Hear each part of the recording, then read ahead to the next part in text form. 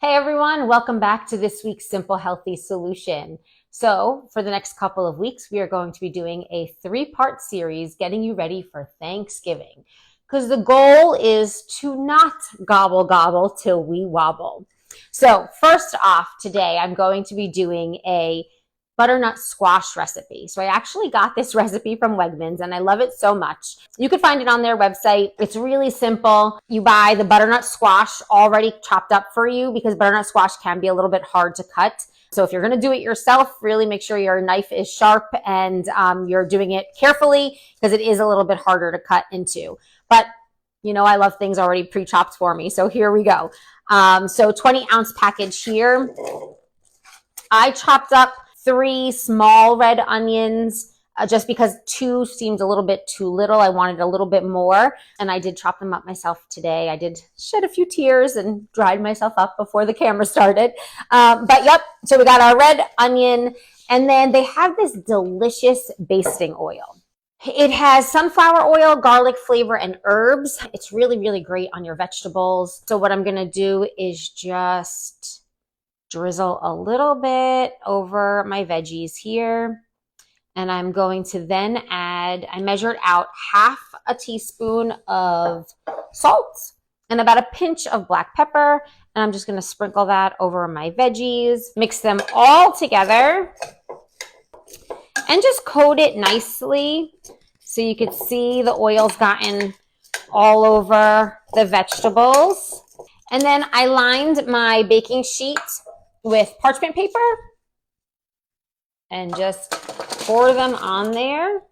Spread them out on the baking sheet just like that. And then I already preheated my oven to 400 and they are going to roast in the oven for about 30 minutes. I will let those roast and then I will show you what we'll do with them when they are done. Be right back. All right, so our butternut squash and red onions cooked to perfection. Came out of the oven, they're nice and piping hot.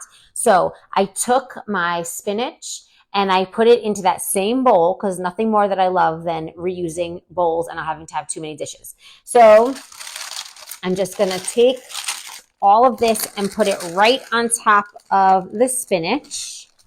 So the heat makes the spinach start to wilt and break down a little bit. So it's going to be softened. So you're not really cooking the spinach, but the heat from the butternut squash breaks it down. And then I'm adding a half a cup of dried cranberries. When you buy your dried cranberries, you don't want them to have added sugar because they tend to have a lot of added sugar. So if you could find the ones without it, that's even better. And these bad boys are loaded with fiber. So a half a cup gives you about 20 grams of fiber. Pretty amazing. So I'm just going to keep tossing it all together. And I like to leave it for a few minutes because I really do like for the spinach to keep breaking down. I don't want it so leafy. So I'm going to leave it and let it break down a little bit more, and then we will eat it. All right, so I let the butternut squash and spinach sit together for about 10 minutes, let them get along with each other, break down that spinach for me a little bit more. So as you can see, it's a little bit more broken down. And now let's taste it. This is so good. It just reminds me of fall and Thanksgiving. All those flavors in my mouth make me so happy. So we've got butternut squash, red onion, the cranberries, and your spinach all together. I mean, what more could I ask for all those beautiful colors? You know, I love all the colors, and the textures and the flavors together are just perfection.